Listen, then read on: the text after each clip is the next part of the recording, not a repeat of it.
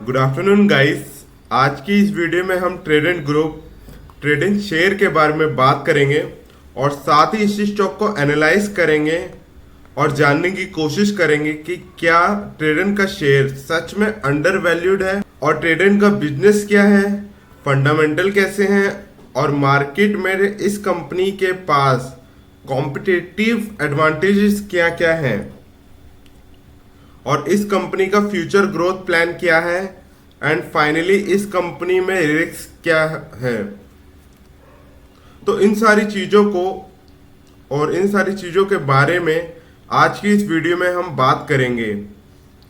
Guys, video को आगे बढ़ाने से पहले अगर आपने अभी तक चैनल को सब्सक्राइब नहीं किया है तो प्लीज़ सब्सक्राइब द चैनल और प्रेस द बेल आइकन ताकि आप नेक्स्ट वीडियो या नेक्स्ट इन्फॉर्मेटिव वीडियो बिल्कुल भी मिस ना करें।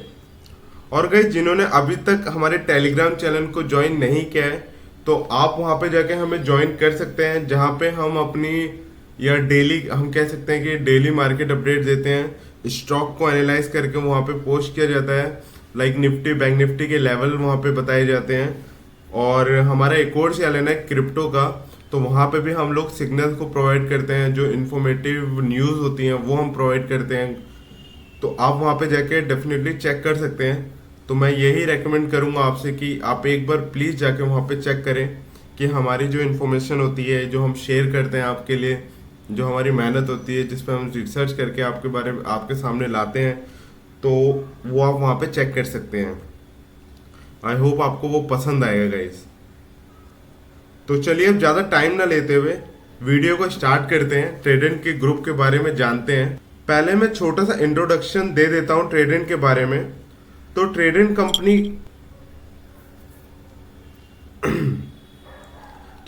कंपनी ट्रेडेंट ग्रुप का फ्लैगशिप कंपनी है जिसकी वर्थ $1 मिलियन है और इस कंपनी का हेडक्वार्टर लुधियाना पंजाब में है। और इसके अलावा होम टेक्सटाइल प्रोडक्शन कैटेगरी में ये इंडिया का one of the largest exporter है भी है। तो अगर आप कंपनी के बिजनेस की बात करेंगे तो कंपनी का बिजनेस 3 वर्टिकल में डिवाइडेड है, जिसमें से सबसे पहला वर्टिकल आता है यान का। यान, तो गाइस यान क्या होता है? यान एक तरह का धागा होता है जिससे कपड़े बनाए जाते हैं। जब भी हम यान की बात करते हैं तो बहुत से लोगों को ऐसा लगता है कि जो यान है जो एक ही तरीके का होता है और एक ही तरीके के कपड़े बनते हैं। तो ऐसा नहीं है गाइस। मार्केट में हजारों तरीके के धागे हैं और जिससे कपड़े बनाए जाते हैं। कोई हाई क्वालिटी का यान होता है, कोई लो क्वालिटी का यान होता है। वो कंपनी के उस पे ब्रांड पे पता चलता है कि ये हाई क्वालिटी है, लो क्वालिटी है, उसके प्रोडक्शन पे पता चलता है। तो यान बिजनेस के बाद जो सेकंड बिजनेस आता है ट्रेडेंट ग्रुप का, वो होता है होम टेक्सटाइल का, जहाँ पे ये company bath linen, bed linen, comfort, solid printed sheets, decorative pillows जैसे प्रोडक्ट बनाता है। और ये कंपनी जो भी टेक्सटाइल प्रोड्यूस करता है उसको ये अलग अलग ब्रांड के अंडर सेल करता है। लाइक अगर मैं बात करूं कि जैसे कि NACTA soft comfort, Trident home appliances etcetera, ऐसे कई ब्रांड हैं और यूजली ये हाई वैल्यूड प्रोडक्ट होते हैं गाइस।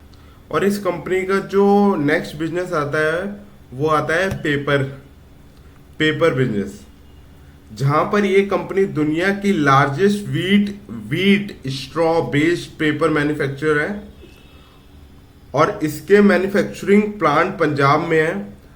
और पेपर बिजनेस में ये कंपनी स्टैंड आउट करता है क्योंकि पेपर बिजनेस में जो मेजर चैलेंज थे वो इस कंपनी ने अपने इनोवेटिव सॉल्यूशन से सॉल्व किए हैं। क्योंकि पेपर बिजनेस का जो सबसे ज़्यादा इशू रॉ मटेरियल सप्लाई पे होता है, क्योंकि आपको पता ही है पेपर जो है वो लकड़ी से बनता है और जो लकड़ी है वो जंगल में मिलती है।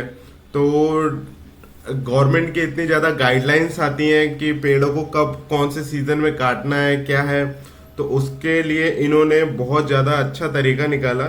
इन्होंने पंजाब में जो फार्मर्स है उनको वीट की मतलब गेहूं की खेती के बाद जो उनका वीट स्ट्रॉ बच जाता था उसको जलाते हुए देखा, तो वहां से उनको एक आइडिया आया, या कह सकते हैं उन्होंने एक ऐसा सॉल्यूशन निकाला कि वीट जो स्ट्रॉ है उससे पेपर क्रिएट किया जाए।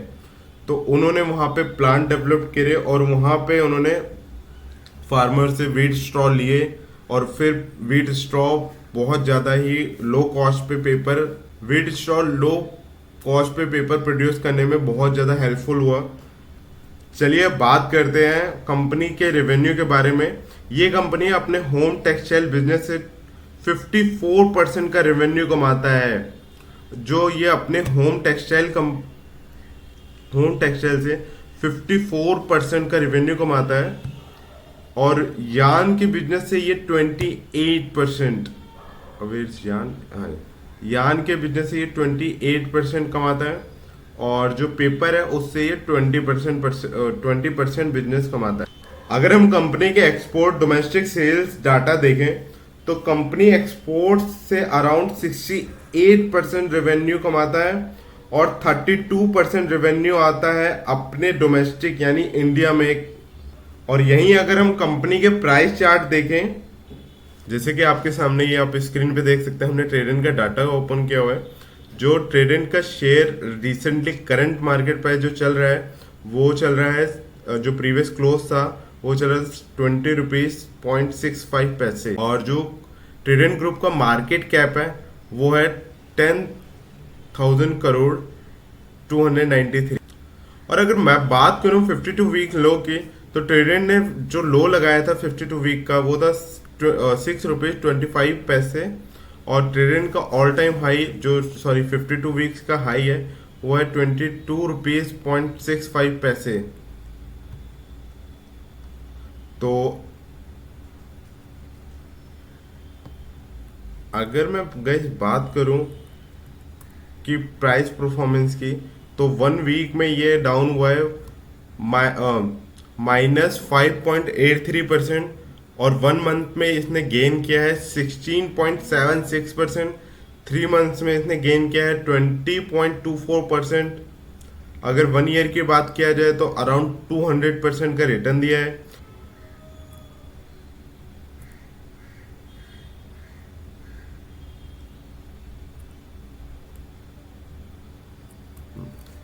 तो अगर गाइस मैं अब बात करते हैं कि कंपनी का जो नेट प्रॉफिट है वो 2021 में, 2020 में या 2019 में क्या रहा है, तो 2021 में जो है वो है 303 करोड़, और जो 2020 में कंपनी जो नेट प्रॉफिट कमाया था वो था 343 करोड़, और जो 2019 में कमाया था वो था 371 करोड़। अगर अर्निंग पर शेयर की बात की जाए तो आप देख सकते हैं 2021 में और 2020 में यहाँ पे अर्निंग पर शेयर बहुत ज़्यादा कम है, क्योंकि आपको पता ही है कि जो ये लॉकडाउन लगा था तो उसमें सेल्स बहुत ज़्यादा डाउन हो गई थी। इसका मेन वो टेक्सटाइल का ही काम है जिससे उनको ज़्यादा रेवेन्यू आता है। तो जब लॉकडाउन ही लग गया था तो सेल्स बहुत ज़्यादा डाउन हो गई थी, इसके लिए इनका अर्निंग पर शेयर इन 2 सालों में बहुत कम है। बाकी आप अगर 2019 की बात करेंगे तो अर्निंग पर शेयर था 7.47%। अगर हम आरओई की भी बात करें, रिटर्न ऑफ इक्विटी पे, तो रिटर्न ऑफ इक्विटी भी आप देख सकते हैं कि इस कंपनी ने भी 2021 में जब लॉकडाउन भी लगा होगा तब भी उन्होंने अच्छा अपना आरओई दिया, रिटर्न ऑफ इक्विटी दिया 9.14 का, और 2020 में 11.4 का इन्होंने आरओई दिया है। अगर हम कंपनी के डेप्थ ऑफ इक्विटी देखें तो आप देख सकते हैं कि जो कंपनी का डेप्थ ऑफ इक्विटी है वो यहाँ पे इस साल कम हुआ है 0.4% ही रह गया, जिसका मतलब है कि बहुत ज़्यादा अच्छा डाटा है। जैसे कि हमने पहले ही आपको बताया, जो कंपनी डेप्थ फ्री रहती है वो कंपनी बहुत ज़्यादा अच्छी होती है, फंडामेंटली उसके बहुत ज़्यादा स्ट्रांग होते हैं। अब हम बात करते हैं कि प्रोमोटर की होल्डिंग या पब्लिक या डोमेस्टिक या एफआईआई या डीआईएस की होल्डिंग कैसी है। तो आप देख सकते हैं ये जो ब्लू प्रिंट है ये प्रोमोटर की होल्डिंग है, और यहाँ पे प्रोमोटर की होल्डिंग है 73.2%। बहुत ज़्यादा ही अच्छी है, कि इसका मतलब है कि प्रोमोटर की होल्डिंग ज़्यादा होती है तो प्रोमोटर को खुद को यकीन है कि कंपनी के बारे में, कंपनी पे, कि कंपनी आने वाले टाइम पे ग्रोथ अच्छा कर सकती है। जो भी इनके ऑपरेशन है या इन्होंने फ्यूचर प्लान करे हुए हैं वो प्लान आउट करेंगे। और जो देख सकते हैं एफ आई एस मतलब फॉरेन इंस्टीट्यूशन ने 1.6% की होल्डिंग की हुई है, डीआईएस डोमेस्टिक इंस्टीट्यूशन ने करी हुई है 0.93% की, और पब्लिक जो रिटेल पब्लिक है उन्होंने करी हुई है 22.49% गाइस। तो ये बहुत ज़्यादा ही अच्छी फंडामेंटल हमें यहाँ पे देखने को मिल रहे हैं ट्रेंड में।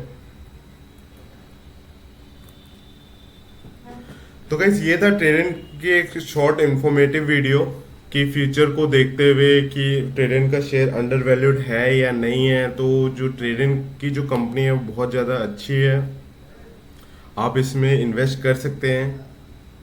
आई होप आपको ये वीडियो पसंद आई होगी। Please like the video, comment and share with your friends and family, और प्रेस द बेल आइकन ताकि आप नेक्स्ट इन्फॉर्मेटिव वीडियो बिल्कुल भी ना मिस करें। Thanks to all of you watching this video. आप हमें ट्विटर हैंडल, टेलीग्राम और इंस्टाग्राम पे फॉलो कर सकते हैं फॉर मोर अपडेट्स।